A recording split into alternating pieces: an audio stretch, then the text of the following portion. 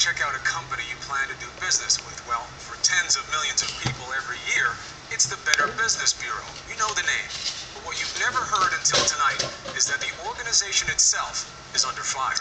How do companies earn the Better Business Bureau's coveted A rating or have their reputations tainted with an F? Chief investigative correspondent Brian Ross has uncovered troubling accusations. The Better Business Bureau is used to giving out D's and F's, but tonight it gets some bad grades of its own.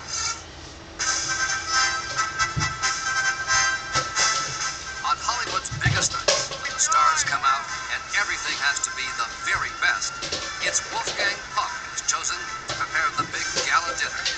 A celebrity in his own right, with restaurants across the country, and a regular on Good Morning America. Puck's brand and reputation are impeccable. Yet the Better Business Bureau has slammed parts of Puck's food empire with grades as low as an F, which Puck says is because he won't pay them to become a member. You know, if you become a member, you're sure to get an A. But if you don't pay, it's very difficult to get an A. And I don't know what we do wrong or right. We have business for 28 years. The Better Business Bureau has been just as harsh with other well-known companies who have not paid to become members. An F for the 5-star Ritz Carlton Hotel in Boston, with only 2 complaints. 1 million customers served, 2 complaints, resulting in an F rating. It seems to be somewhat unusual, to say the least. Even Disneyland, owned by ABC's parent company, also got an F last year from the Better Business Bureau, before it was changed to an A once bloggers questioned the grade and the case was reviewed. This rating system is really unworthy of consumer trust or confidence. And sadly so, because the Better Business Bureau has a very long history of advocating and educating for consumers.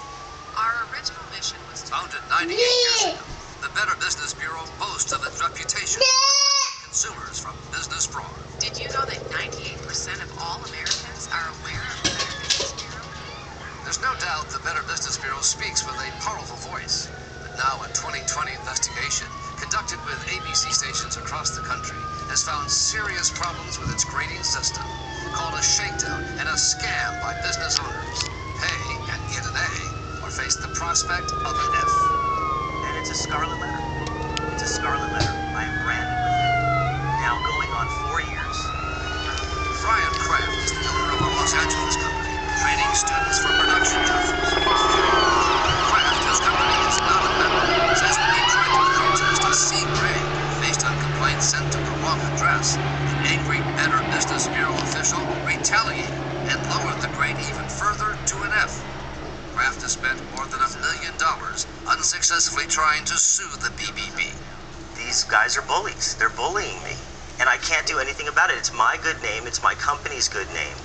It's 30 years of hard work. There are Better Business Bureau offices in 122 cities in the U.S. and Canada. Their national headquarters are in Arlington, Virginia, where the president is Steve Cox. We're looking for, consumer protection, meaning ways that we can protect consumers from those fraudulent businesses or from those scammers out there. Know the value of accreditation. The Better Business Bureau is set up as a non-profit group, but documents obtained by 2020 show that more than 24 of its top executives have 6-figure salaries. William Mitchell, the head of the Los Angeles Better Business Bureau, makes more than $400,000 a year. The Better Business Bureau appears to be prospering with the money brought in by its grading system. Very, very troubling. And it could be illegal because the failure to disclose to consumers could well be deceptive and misleading. Cox, who makes $300,000 plus a year, denies it's all about the money. Do you have to join the Better Business Bureau to get a good grade these days? Absolutely not. We have more than 500,000 non-accredited businesses who have A ratings. Better Business Bureau accreditation is by invitation only. In fact, the Better Business Bureau says not just anyone can be an accredited member. Only businesses which meet membership standards and agree to follow the highest principles of business ethics and voluntary self-regulation are accepted. Yet earlier this year, the Mideast terror group Hamas was listed as a member and received an A- rating. Of course, it wasn't actually Hamas. It was the work of an anonymous blogger and a group of small business owners who punked the Better Business Bureau to prove a point. Hamas was registered with a non-existent address in Santa Monica and its owner was listed as Bill Mitchell, the well-paid president of the Los Angeles Better Business Bureau. They ran the credit card within 12 hours. They were an approved accredited member. What did that cost to get Hamas an A-?